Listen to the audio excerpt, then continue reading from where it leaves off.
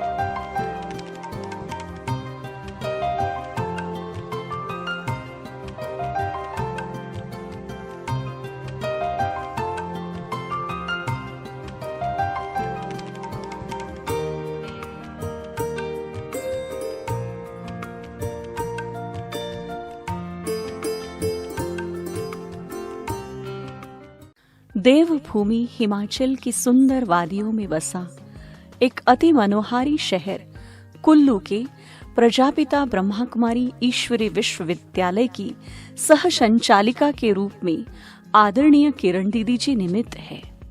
आपका जन्म 1956 में फिरोजपुर पंजाब के एक व्यापारिक परिवार में हुआ।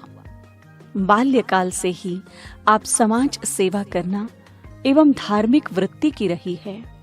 पंक्चुअलिटी, हंसमुख स्वभाव व रॉयल्टी और सच्चाई सफाई से चलना आपको अच्छा लगता है। लौकिक पढ़ाई पढ़ते हुए आपको यह ईश्वरीय ज्ञान 1973 में फिरोजपुर सेवा केंद्र से प्राप्त हुआ। आपने पहली बार 1973 में संस्था के मुख्यालय माउंट आबू में दादी गुलजार जी के तन में अवतरित शिव परमात्मा से सन्मुख मिलन मनाया। बाप दादा की वरदानी दृष्टि और चंद्रमणि दादी जी के साथ सेवा साथी बनकर आपने 1974 से फिरोजपुर, अमृतसर, फरीदकोट आदि सेवा स्थानों पर अपनी सेवाएं प्रदान की और 1976 से कृष्णा दीदी जी के साथ कुल्लू की ईश्वरीय सेवाओं को आप आगे बढ़ा रही है। आपने नवसृष्टि की स्थापना के कार्य को आगे बढ़ाते हुए विभिन्न कार्यक्रम जैसे महिला सशक्तिकरण अभियान, संपूर्ण स्वास्थ्य आध्यात्मिक मेला, तनाव मुक्ति शिविर, यूथ फेस्टिवल जैसे अनेकानेक कार्यक्रमों का कुशल संचालन किया है। वर्तमान समय 4000 से भी अधिक विद्यार्थी आपके मार्गदर्शन से अपना जीवन उच्च एवं श्रेष्ठ बनाने में अग्रसर है।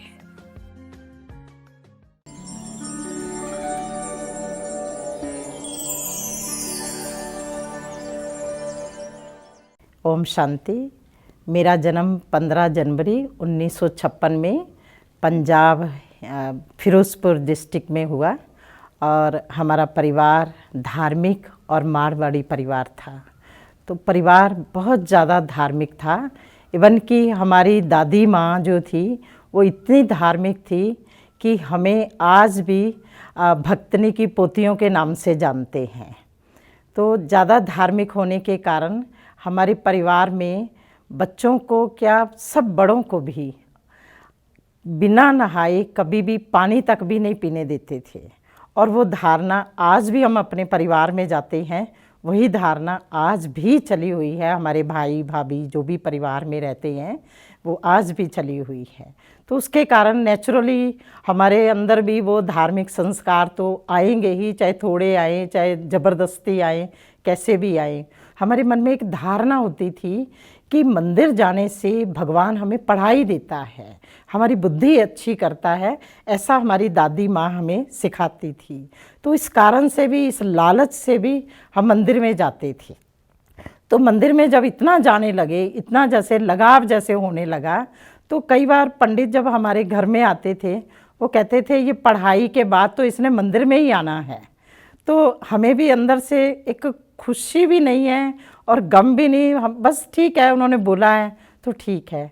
तो हम बहुत छोटे थे परिवार में, तो हम पढ़ते भी थे और पढ़ते पढ़ते जब हम 8th तक पहुँचे तो हमारे स्कूल में हमें स्पोर्ट्स में ज़्यादा रुचि थी। स्पोर्ट्स में भी जैसे long jump, high jump, badminton खेलना, इसमें ज़्यादा रुचि थी और हम कई बार टूर्नामेंट में भी जाना पसंद करते थे। लेकिन हमारी एक कंडीशन थी कि हमारी फैमिली में लड़कियों को बाहर नहीं भेजते थे।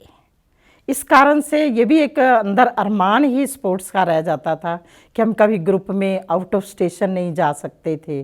तो इसलिए सोचते थे कि शायद यही लाइफ है, ऐसा ही सोचते थे। तो मन में एक क्वेश्चन जरूर रहता था।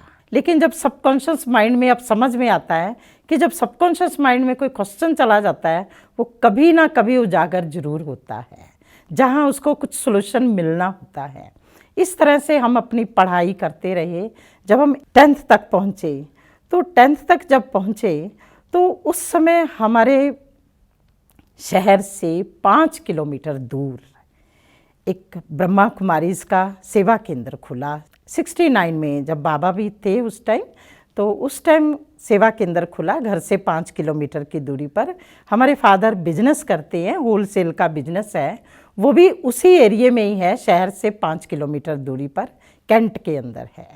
तो जब हमारी वहाँ सेंटर पर बहनें आई, देवियाँ आई, ऐसे देवियाँ ही कहते थे और उनको कुछ और नाम नहीं देते थे कि ब्रह्मा कुमारी आई, कि वहाँ देवियाँ आई हैं। तो हमारे फादर भी गए वहाँ क्योंकि शहर के पास ही था और हमारी मासी, हमारी मामी ये सब जाने लगी। तो जब उनको अच्छा लगा वहाँ, तो उन्होंने हमारी मदर को भी कहा कि तुम इतनी भक्ति करती हो तो तुम भी कभी वहाँ चलकर देखो। तो हमारी मदर भी वहाँ गए। तो जब पहले दिन गए और उन देवियों का जीवन देखा तो उन्हें बहुत अच्छा लगा। हम तो इस बारे में कुछ भी नहीं जानते थे। तो ऐसे वो धीरे धीरे खुद जाने लगे और हमारे फादर भी जाने लगे। तो जब हमारी मदर भी जाने लगी, उनको अच्छा लगने लगा और उनके अंदर हमने जो परिवर्तन देखा कि हमारी मदर पढ़ी लिखी नहीं थी, लेकिन वहाँ जाकर पता नहीं कैसे, जैसे 6-8 मास हुए होंगे उनको जाते, तो वो धीरे धीरे ना, वो एक पेपर लेकर आती थी छपा हुआ, तो वो धीरे धीरे शब्द जोड़ जोड़ के पढ़ने लगी। तो हमें भी बड़ा अजीब लगा और बोलना भी ऊंचा ऊंचा, कि उनको जैसे पहली बार जो पढ़ेगा या अनपढ़ जो पढ़ेगा, नेचुरल वो ऊंची ऊंची आवाज़ में पढ़ेगा। तो हमें भी कुछ शब्द सुनाई देते थे, औरों को भी देते थे। कोई तो कह देते थे धीरे पढ़ो, हमको भी पढ़ना है, पर उनको नशा ही इतना था। तो जब बाबा ने शरीर छोड़ा, 69 में जब बाबा ने शरीर छोड़ा, तो वो रोने लगे और वो कहें कि रथ चला गया। अब हमें पता नहीं था ये रथ क्या बोलते हैं, रथ चला गया। अब रथ चला गया, हमने सोचा भाई रथ कैसे जा सकता है। तो उन्होंने हमको कुछ बातें समझाई भी, पर अल्प बुद्धि होने कारण हम कुछ समझ नहीं पाए। तो धीरे धीरे उनको बंधन आने लगे, और जब वो ज्ञान सेंटर पर नहीं जा पाई तो उसने क्या किया, बहनों ने युक्ति सुनाई कि आप अपने शहर में आप बहनों का सत्संग करा सकते हो। तो घर में तो हमारे कोई नहीं होता था, तो हमारी मदर ने शुक्रवार को हमारे सेंटर से, कैंट से बहनें आती थी, 2 बहनें आती थी सत्संग करने, और गली मोहल्ले वालों को इकट्ठा करते थे और वो सत्संग करते थे। तो हमें भी बुलाते थे, आप भी आ जाओ कि इस सत्संग को सुन लो, आपको अच्छा लगेगा, देखो बहनें इतनी दूर से आई हैं। तो हमने भी कहा चलो बोल रहे हैं तो चले जाते हैं। तो हमने भी जाना शुरू किया। मेरी जो बड़ी बहन है विजय बहन, तो जो वर्तमान समय ORC में सेवाएं दे रही हैं, तो वो भी जाते थे। तो हमारे से काफ़ी बड़े थे, इसलिए हम घर में हम बोल नहीं सकते थे, तो हमें थोड़ा थोड़ा समझ भी आने लगा। और सबसे बड़ी बात मुझे क्या लगी कि जो मेरे स्कूल टाइम में मेरे अंदर एक क्वेश्चन था मेरी सबकॉन्शियस में, कि जो मैं टीचर से भी पूछती थी कि ये जो पहले तोलो फिर बोलो, और उन्होंने मेरे को समझाया कि सोच समझ कर काम करो।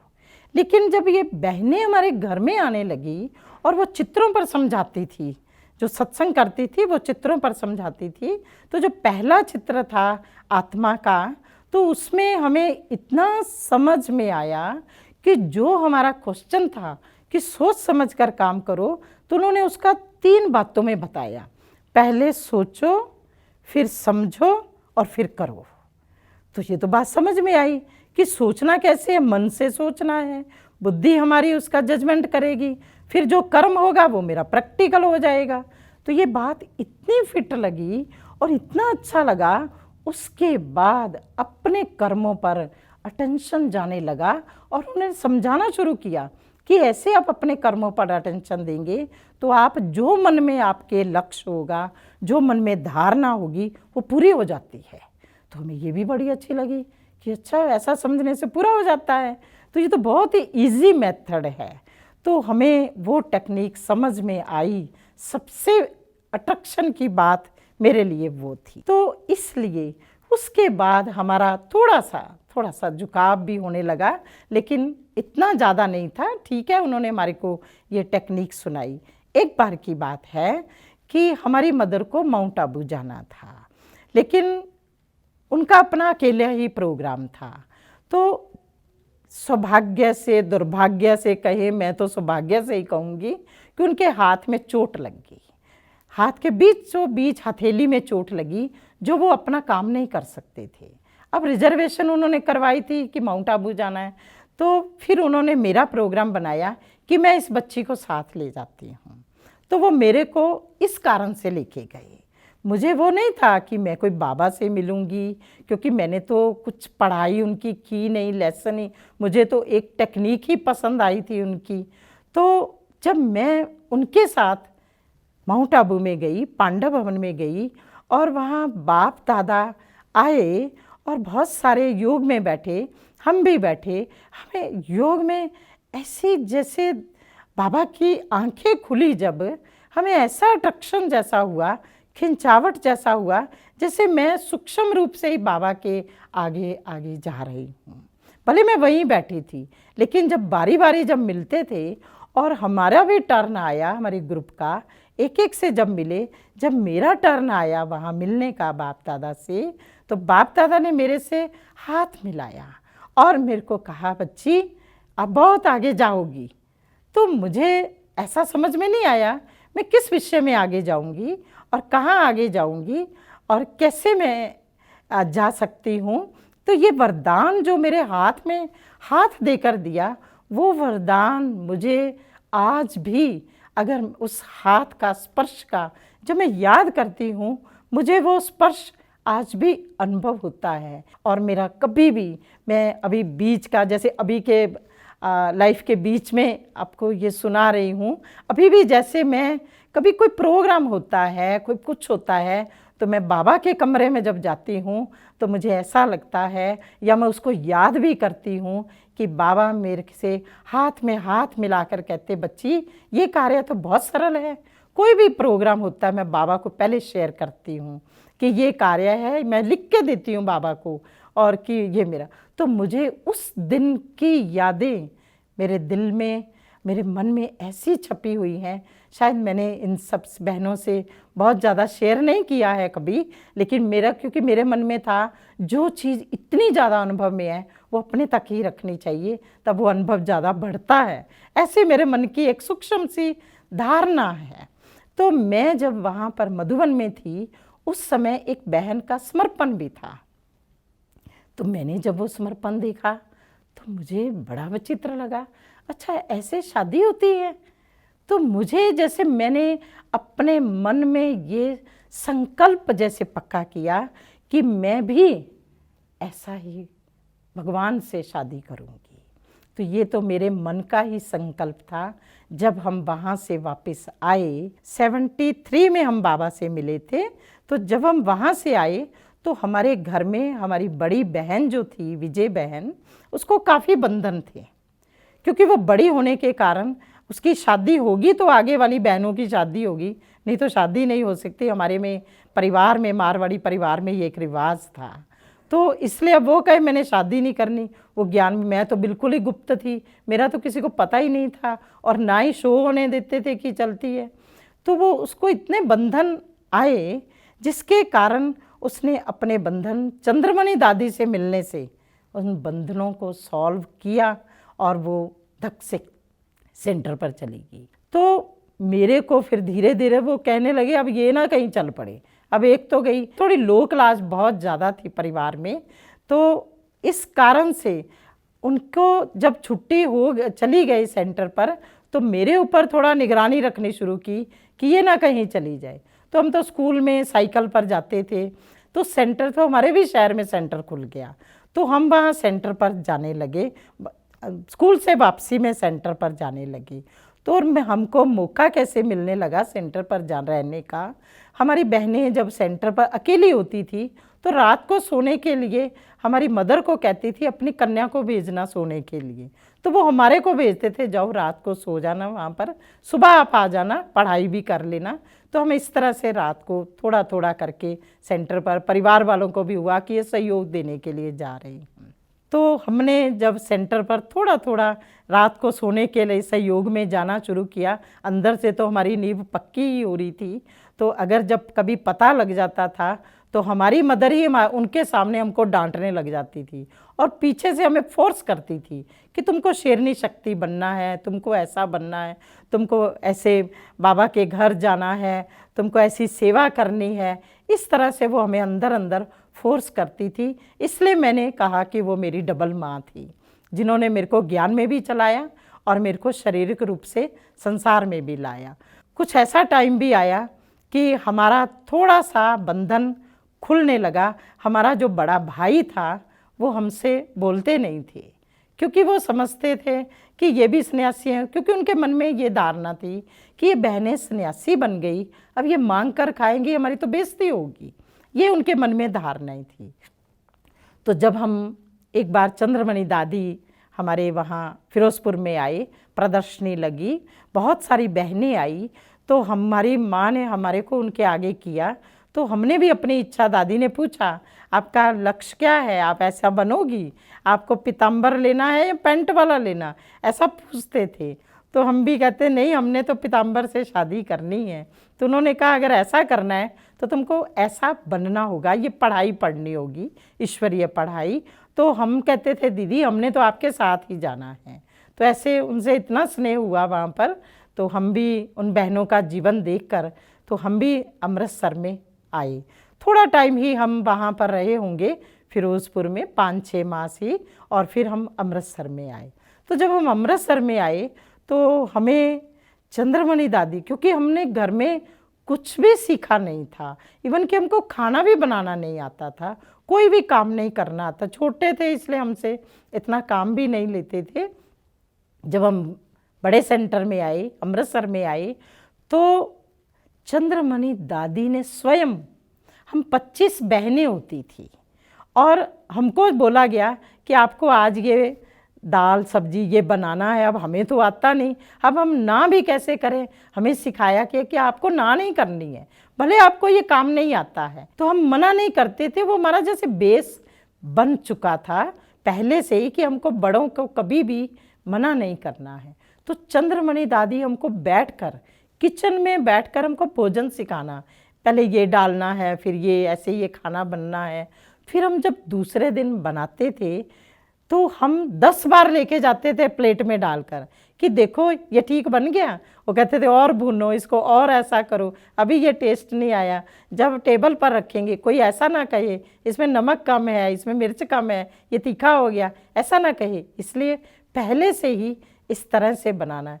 तो हमें तो इतनी कलाएं उन्होंने सिखाई, और उन्होंने हमको एक पहचान जरूर दी, वो ये दी कि जहाँ भी रहो अपनी पहचान बनाकर रखनी है। अर्थात कि जहाँ बार बार अपना स्थान नहीं बदलना। हर जगह परिस्थिति है, हर जगह समस्या है, लेकिन हमको बाबा की मर्यादाओं को, बाबा के नियम को, बाबा की शिक्षाओं को सामने रखकर हमें चलना है, और हर जगह हमको एडजस्ट करना है। तो मेरे अंदर ये बहुत भावना, बहुत एक जैसे मैंने अपने अंदर एक जीवन में ही धारण कर लिया, मुझे हर एक के साथ एडजस्ट होना है। काम भी, सेवा भी सारी करनी है, और भाषण के लिए टाइम भी। अब इतनी बड़ी क्लास के आगे भाषण करना, कई बार मुंह ऊपर करके भाषण करते थे, कभी कैसे करते थे।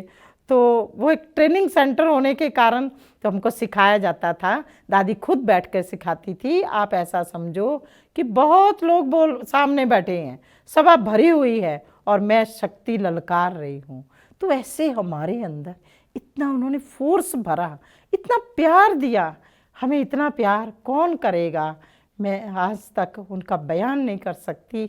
आज भी मैं अगर उसको याद करती हूँ तो मेरा मन भर आता है कि हमारे को चंद्रमणि दादी ने इतना प्यार दिया, इतना आगे बढ़ाया, और आज हम जिस स्थान पर हैं ये उन्हीं की देन है। हमने देखा जितना हम बड़ों के समीप जाते हैं उतना वो लाइट हैं, हल्के हैं, स्नेही हैं, और प्यार करने वाले हैं, सहयोग देते हैं। 76 में चंद्रमणि दादी ने हमको 2 मास के लिए कुल्लू सेवा केंद्र पर भेजा। हमारे कृष्णा दीदी पहले आए हैं, मैं उनके 2-4 मास बाद में आई हूँ। तो जब हमें 2 मास के लिए भेजा तो हमें ना यहाँ की पहाड़ियाँ बहुत ऊंची लगती थी, बहुत डर लगता था। तो हम कहते थे हमको अब यहाँ नहीं रहना है। तो वो कहते थे कोई बात नहीं, आप ना जब सर्दी हो ना तब आप आ जाया करो। तो हमने, हालांकि कृष्णा दीदी यहीं रहते थे और मैं सिर्फ यहाँ कुल्लू दशहरा होता है अक्टूबर में, दशहरे के बाद मैं अमृतसर दादी जी के पास चली जाती थी और 6 मास मैं वहाँ रहती थी। फिर शिवरात्रि के बाद फिर वापस सेवा पर आते थे कुल्लू में। तो इस तरह से देखो उन्होंने हमको कैसे एडजस्ट करना सिखाया। हम 7 साल तक यहाँ से 6 मास के लिए पंजाब अमृतसर जाते थे। वहाँ भी वो हमें अलग अलग सेवाओं पर भेजते थे, कभी फाजिल्का भेज दिया, कभी फरीदकोट भेज दिया, कभी अमृतसर में रखते थे। इस तरह से उन 6 मास के अंदर हम ऐसे सेवाएं दूसरी जगह देते थे। लेकिन हम जल्दी ही हिमाचल फील्ड में आए और आते ही यहाँ सेवाएं, यहाँ हेल्थ फेयर किए और कई रैलियाँ की, जैसे व्यसन मुक्ति अभियान, समाज सेवा का, पुनर्निर्माण का अभियान, कई मेले किए और कई यात्राएं भी निकाली और हमने भी बहुत सारी यात्राओं में भाग लिया। उसके बाद हमारे अंदर इतना कॉन्फिडेंस हुआ कि हम हर रैली में भाग लेने लगे।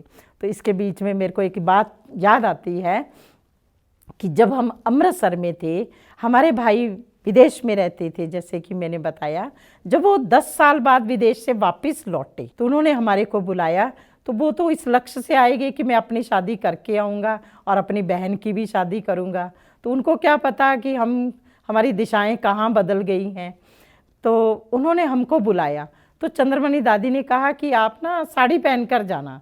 तो अब आज्ञा का पालन था, हम साड़ी पहन के चले गए घर में। तो जैसे ही हम घर में पहुँचे तो हमारे भाई ने जब देखा तो उन्होंने कहा, तुम तो हमारे से भी लंबी हो गई हो, क्योंकि वो तो हमको फ्रॉक में छोड़ कर गए थे।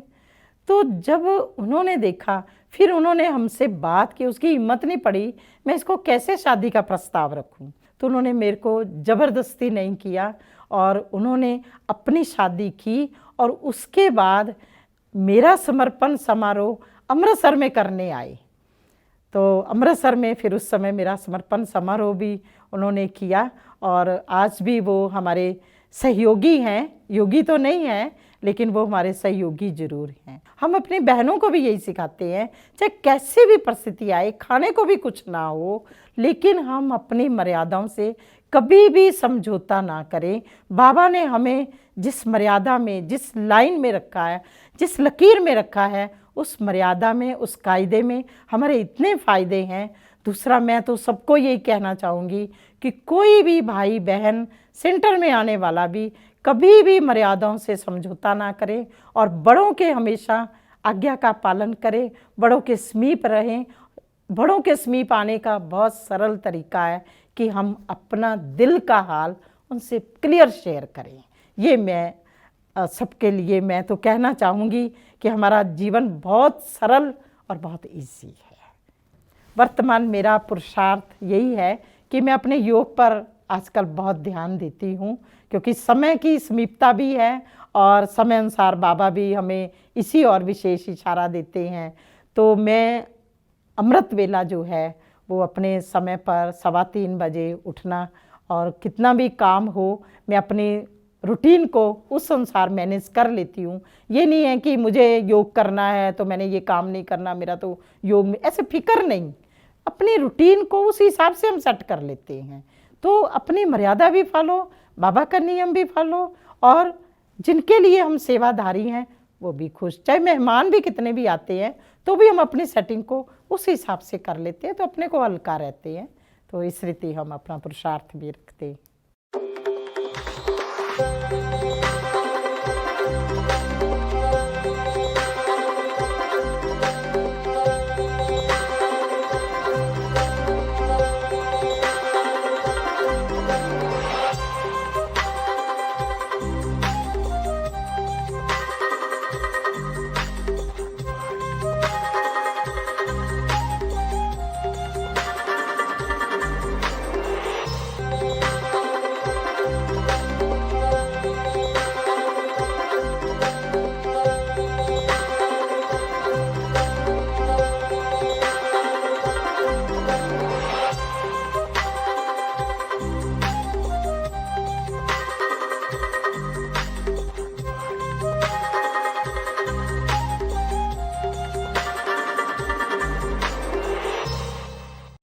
मेरा एक विशेष अनुभव है किरण दीदी के साथ कि एक तो पंक्चुअल हैं, एक रेगुलर हैं, और एक जो भी सेवा मिलती है जहाँ पर भी मिलती कभी मिस नहीं करते हैं और हमेशा उमंग उत्साह में रहते हैं। और हम जो भी बहनें हैं सभी को कहते हैं कि 5000 वर्ष के बाद एक ही बार ये मौका मिलता है, इसे कभी भी मिस नहीं करना चाहिए।